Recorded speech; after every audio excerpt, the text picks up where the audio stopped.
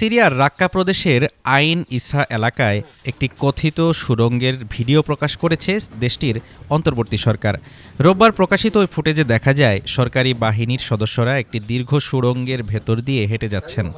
সরকারের দাবি, সুড়ঙ্গটি Syrian Democratic forces SDF এর ব্যবহৃত।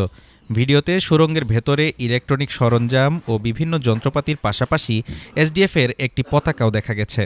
তবে ভিডিওটির অবস্থান ও সত্যতা স্বাধীনভাবে যাচাই করা যায়নি। এ বিষয়ে এখনও কোনো মন্তব্য করেনি এসডিএফ। গত 2 সপ্তাহ ধরে উত্তর পূর্ব সিরিয়ায় অন্তর্বর্তী সরকার ও এসডিএফের মধ্যে তীব্র সংঘর্ষ চলছে। বিভিন্ন এলাকায় ভারী লড়াইয়ের খবর পাওয়া গেছে।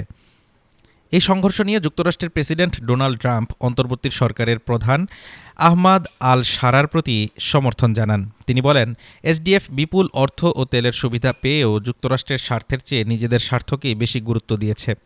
এরই মধ্যে আন্তর্জাতিক মধ্যস্থতায় অন্তর্বর্তী সরকার ও এসডিএফ 15 দিনের জন্য যুদ্ধবিরতি বাড়াতে সম্মত হয়েছে। এই যুদ্ধবিরতির লক্ষ্য হল এসডিএফ নিয়ন্ত্রিত কারাগার থেকে আইএস বন্দীদের ইরাকে সরিয়ে নিতে যুক্তরাষ্ট্রের নেতৃত্বাধীন প্রক্রিয়াকে সহায়তা করা। মধ্যপ্রাচ্যে উত্তেজনা যখন নতুন মোড় নিচ্ছে, তখন এই সুড়ঙ্গের দাবি ও সংঘর্ষ পরিস্থিতি আগামী দিনে আরও বড় সংকেত দিচ্ছে। শান্তি নাকি নতুন সংঘাত, সময়ই দেবে উত্তর। Desk report, Dhaka today.